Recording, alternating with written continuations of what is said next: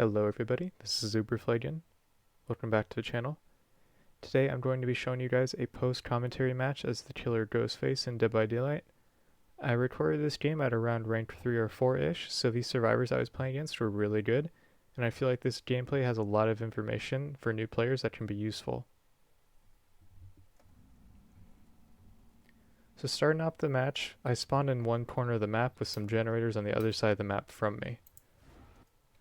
Now when you spawn and you see some generators are really far away, that's most likely going to be where the survivors spawned when the match started. This is going to be your best chance of finding survivors early on in the match so you can get some early hooks, because this is when generators go the fastest, when there's no survivors being pressured at the start of the match, because you're still walking around. You'll also notice that there are some clicking noises in the background. I was actually recording this gameplay with my microphone on unknowingly, so apologies if you can hear that, and you'll occasionally hear me talking every once in a while. So I sneak up to this generator and see that nobody's working on it, so I move on to the next.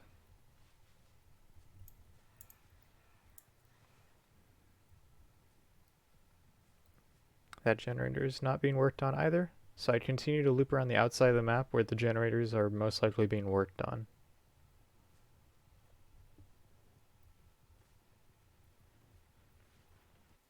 Now as I'm approaching this generator, I can hear that it's being actively worked on by a survivor. However, based on the noise, I can't tell if there's more than one or two survivors on the generator. Now using my power, Ghostface allows me to sneak up on survivors with 0 terror radius, so I'm going to attempt to pull a generator grab from one of these survivors.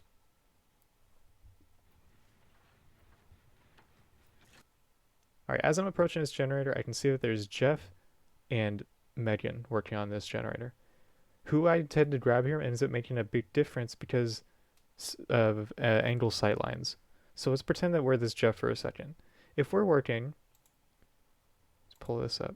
If we're working on a generator and we know that this Meg is to our left, our third person point of view camera is going to be most likely watching over here, where I'm approaching from. So this Jeff probably saw me before this Meg did, because the Meg is most likely looking in this direction. Because she knows that Jeff is watching this sightline, she probably needs to be watching this sightline. Because of this, it allows me to pull up to this generator and get a grab on this Meg when she wasn't expecting it, because she knew that the Jeff was watching that sightline. It ends up making a big difference. So I get a grab here pretty early on, and it probably scared the hell out of her too. So now that I have a grab, I can use my perk Thrilling Tremors to see which generators are currently being worked on, and I see that it's these two right here. I use Pop Goes the Weasel on this generator because it's at about 50%. Get into a chase with this Dwight a little bit, but I'm going to end up switching targets quickly to the generator that's over here that I know is still actively being worked on by the fourth survivor. The most important part about playing Dead by Daylight is being able to pressure multiple survivors at the same time. Right now this Dwight still thinks he's being chased, the Jeff is most likely hiding because the Meg just got hooked right next to him, and this Jane is actively working on a generator. I need to stop that if I want them to have 0 gen progress.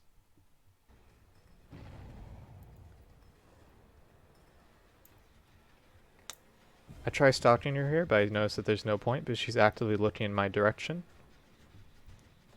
Now what you saw there is I decided not to respect the pallet, and it ends up making a big difference for me because I'm able to get a hit in on her. Respecting pallets and choosing not to respect pallets is a big mind game when it comes to playing against survivors in this kind of chess game based game. And what I mean by that is you need to establish dominance over other players in order to decide whether or not they have the right to throw pallets or not.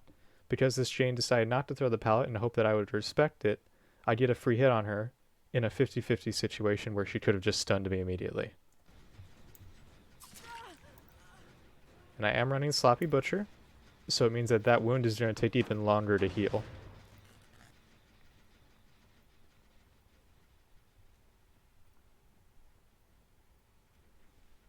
I just saw someone on the right there, so I try to pull a little red light fake, and it allows me to hit this Dwight once.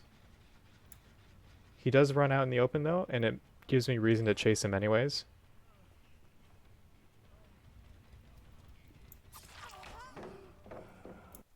So you'll notice that that Dwight also decided not to throw the pallet. He's trying to establish dominance by making me respect the pallet, and it ends up not working out for him because the Meg ends up getting hit and the pallet gets dropped anyways.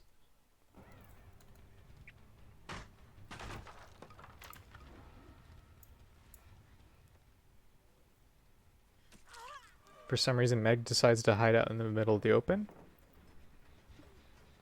and I get a pretty easy down on her, knowing she doesn't have Dead Hard. So it's at this point that I realize that this Meg is kind of the weak link in the team. She's the one that I'm going to be able to bully the most in order to get hook states and build up pressure on the rest of her team. I need to keep her alive as long as possible, so that way I can use her to pressure the rest of the team into not doing generators.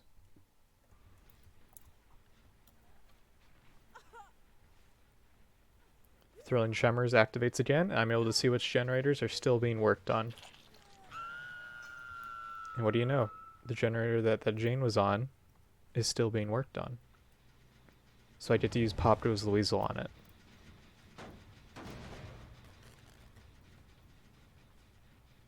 I choose to chase her at this TNL because I don't have a red stain, and this is a really bad part of the map for the Jane to be in.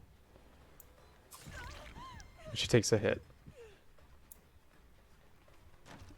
Now when looping a TNL wall, you always want to cut through this inside on the right, as I'm showing here. You want to go... Sorry, let me pull this up. You want to go this way as the killer, so that way the survivor can't turn all the way around and just jump through the L wall that's currently behind me.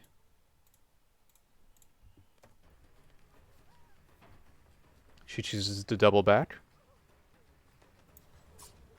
Uses Dead Hard, but it doesn't make a difference.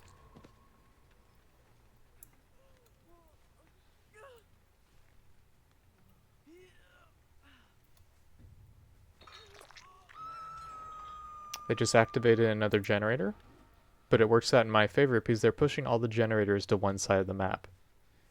They need to leave this generator that's behind me alive, or else they'll 3-gen themselves. Okay. And you'll hear me get a little annoyed there because I got spotted from behind the tires.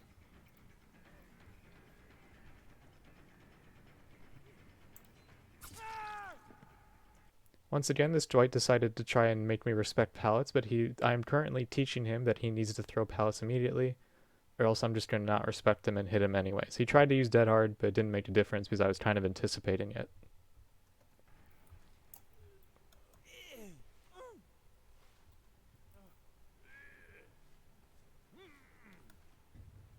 So now I have 2 survivors on hooks, which means that someone's most likely going for the save, so I head back to this hook. What do you know? There's Jeff. Applying Sloppy Butcher to multiple survivors will give me a lot of pressure.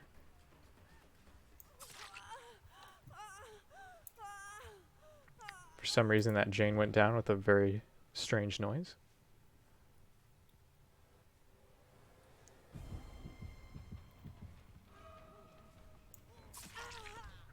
So you'll notice that I have all 3 of the non-down survivors in this area trying to get heals off. This is really good for me because it means that they're not working on generators and they're spending too much time healing. I choose to chase the Jeff at this loop. Maybe I can get him to drop the pallet. And I do. Another thing I want to point out in this gameplay is that I'm playing on Blood Lodge, and Blood Lodge is a very wide open map with very few ways for stealth killers like Ghostface to sneak up on people. It ends up being a bit of a problem later on because it makes it so I don't have ways to track survivors very easily because they can just see me coming from miles away, but I end up trying to figure out a way to counteract that later on by 3-genning them. I go back to the Jane that's on the ground, and I can see the scratch marks from someone trying to heal her. And it's Dwight.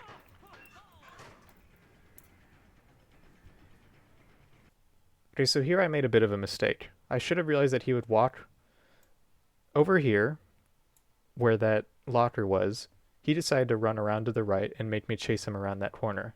If I had instead walked around to the left this way, he wouldn't have been able to get this L-wall Dead Hard jump. If I had instead walked to the left, he would have been forced to walk to the T wall that's over here and try to go for a medium vault, which doesn't usually end up working out. It doesn't usually end up working out.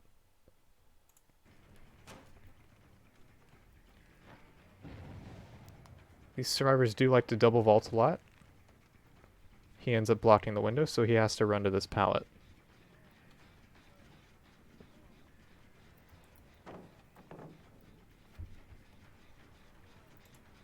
See, now I've established a bit of a dominance situation because I'm now forcing him to drop pallets as soon as possible.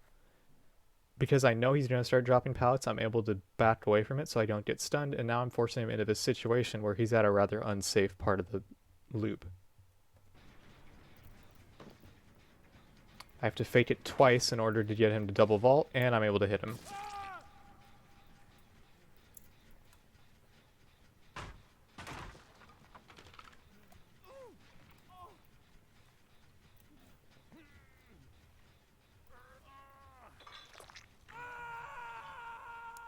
Thrilling Tremors tells me that there's only one generator being worked on, and that's this middle generator. Pop goes the Weasel. Is kind of my friend this game, honestly. I got 2 survivors here, so I might as well chase both of them in order to build up maximum pressure and even get a hit on this Jeff. I said get a hit on this Jeff. Thank you. And I go back to the gen and use Pop goes the Weasel on it. So that way they lose a lot of pressure.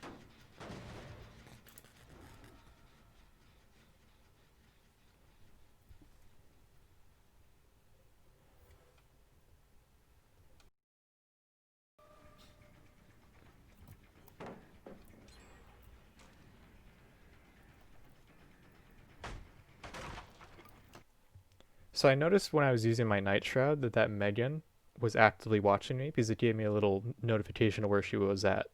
Because of that, I was able to get rid of this pallet that made this fun bus loop even more safe.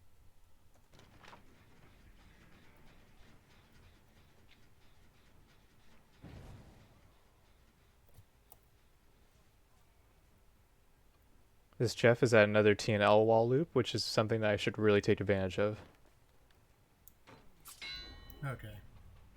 I don't know how he got away with that medium vault. I was anticipating it, but he still got away with it. He drops this pallet, that's pretty safe, so I just break it. He's making this 3-gen that's coming up even more unsafe by getting rid of pallets.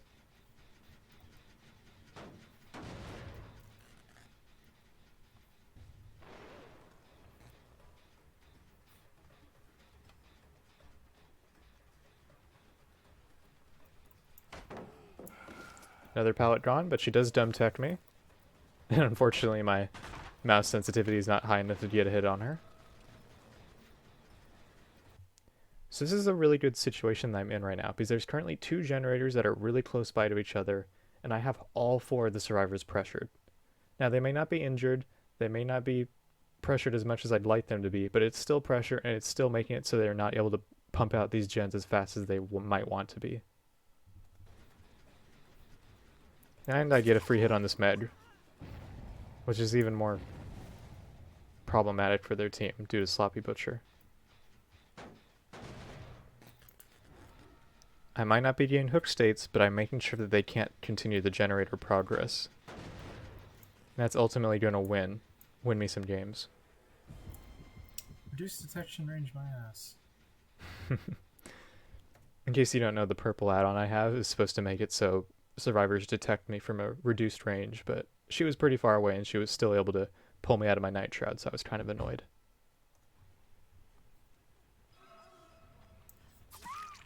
Once again, Megan proves to be the weak link on the team.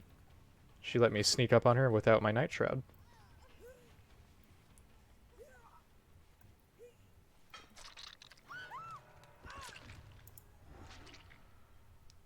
So now Megan is dead and this generator cannot be progressed due to Thrilling Tremors. There's no point in trying to stalk people anymore. I don't know why I kept trying to do it. I get a free hit on this Dwight because there's no pallets around for him to save himself with.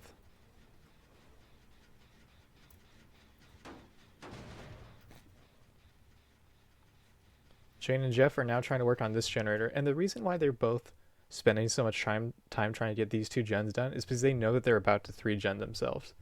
This is a situation that players refer to as a 4-gen when they know that they're about to get 3-gened, and they need to find a way to stop it. These two generators right here, and this one that they just ran off of that's in this behind me and to my left, that's what's going to 3-gen them if they don't pump this one out on the left.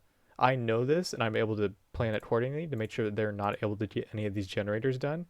That would allow them to build up a little bit of pressure by having the generators separated.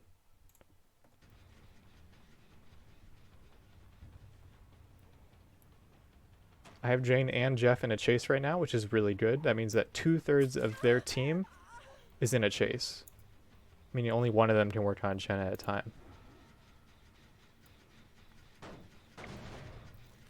These hit and run tactics are really helping me out because with Sloppy Butcher, these survivors are not healing.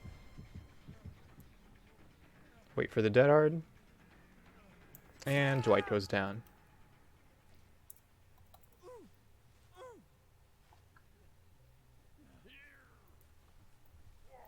And just like that, their chances of winning have slipped dramatically due to the fact that this Dwight is now dead. They still try to dutifully complete the generators, but I have Pop Goes the Weasel, and it kind of carried me to this match because if I didn't have it, they probably would have knocked these two generators out when the Megan was still alive.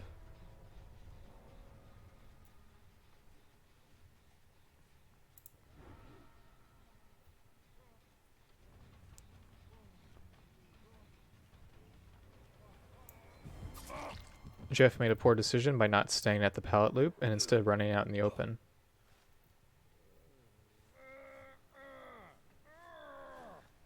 I decided to hook this Jeff in one corner of the map in order to ensure that I can use barbecue and chili to locate the Jane.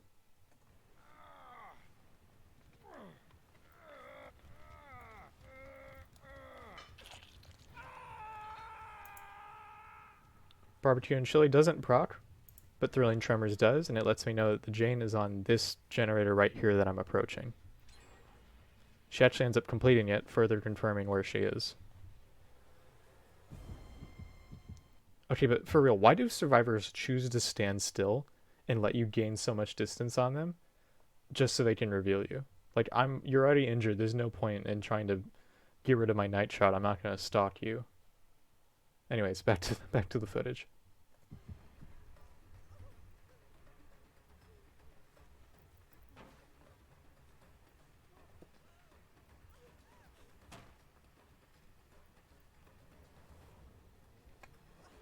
Wait for Deadhard. Yep.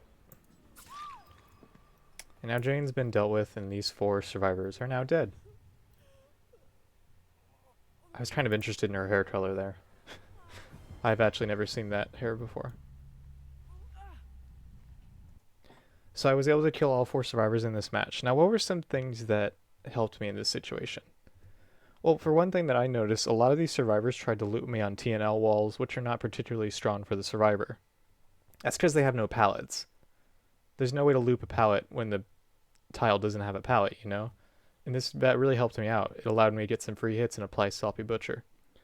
Another thing that helped me was the fact that the Meg was kind of like I said, the team's weak link. She didn't know what she was doing. She would run out in the open and try to heal, and I'd just sneak up on her and down her. It created a lot of pressure on her team, and they weren't able to get gens done as fast as they might have liked. Also, the Jeff was not very good at pressuring generators himself. He spent a lot of time healing his allies and not really running loops correctly. I was able to end chases with him pretty fast.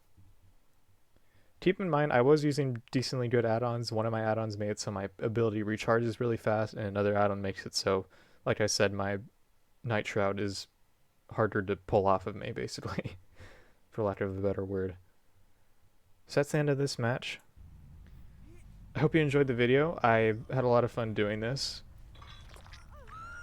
If you'd like to see more post-commentary matches in the future, then subscribe, like, comment, do whatever you want, and have a good day. I'll see you later.